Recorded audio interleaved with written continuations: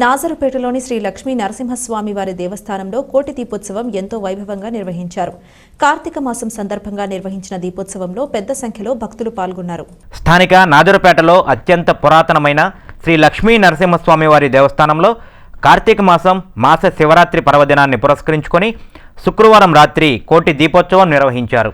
కార్తీక మాసం మాస శివరాత్రికి తోడు శ్రీ లక్ష్మీ నరసింహస్వామి వారి జన్మ నక్షత్రమైన స్వాతి నక్షత్రం సందర్భంగా ఉదయం నుండి స్వామివారికి విశేషంగా అభిషేకాలు జరిగాయి. సాయంత్రం నుండి కోటి దీపోత్సవం నిర్వహించగా మహిళలు పెద్ద సంఖ్యలో పాల్గొన్నారు. దేవస్థాన ప్రాంగణంలో శ్రీ లక్ష్మీ నరసింహస్వామి వారి ఆకృతిలో రంగవల్లులతో అలంకరించి దీపోత్సవం నిర్వహించారు. భక్తులందరూ పాల్గొని కార్తీక దీపాలను వెలిగించారు. ఆలయ చైర్మన్ కె చంద్రశేఖర్ రెడ్డి ఆయా కార్యక్రమాలను పర్యవేక్షించారు. మన తెనాల్లో లక్ష్మీ నరసింహస్వామి వారి దేవాలయం అత్యంత పురాతనమైంది. 1902 సంవత్సరంలో ఈ దేవాలయం ఏర్పాటు చేయబడింది. ఈ 122 సంవత్సరాల నుంచి స్వామివారు నిత్య కళ్యాణం పచ్చతోరణంగా వెలుగొందుతున్నారు. ప్రతిరోజు స్వామివారిని అనేక వేల మంది భక్తులు దర్శించుకొని స్వామి యొక్క కృపకు పాత్రులవుతున్నారు. అలాగే ఈ లక్ష్మీ నరసింహస్వామి వారి దేవాలయం 122 సంవత్సరాలైన సందర్భంగా ఈ సంవత్సరం స్వామివారికి సాలహారము విగ్రహాలు ఏర్పాటు చేశాము.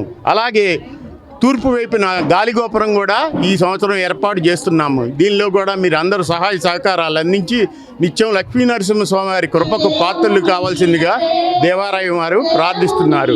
ఈ కార్యక్రమాన్ని మా వరశివానంద భారతీ స్వామి వారి ఆధ్వర్యంలో ఏర్పాటు చేసి నిర్వహించడం జరిగింది.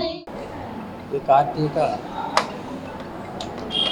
బహుళ త్రయోదశి మాస శివరాత్రి సందర్భంగా అందులో ఇవాళ శుక్రవారం కూడా విశేషంగా కలిసినటువంటి పర్వదినం. ప్రదోషకాలంలో కోటి దీపోత్సవం తెనాలి నాజరుపేట లక్ష్మీ నరసింహస్వామి దేవాలయం నందు కార్యవర్గ సభ్యులు, అందులో ముఖ్యంగా చంద్రశేఖర్ రెడ్డి గారు ఆధ్వర్యం వహించి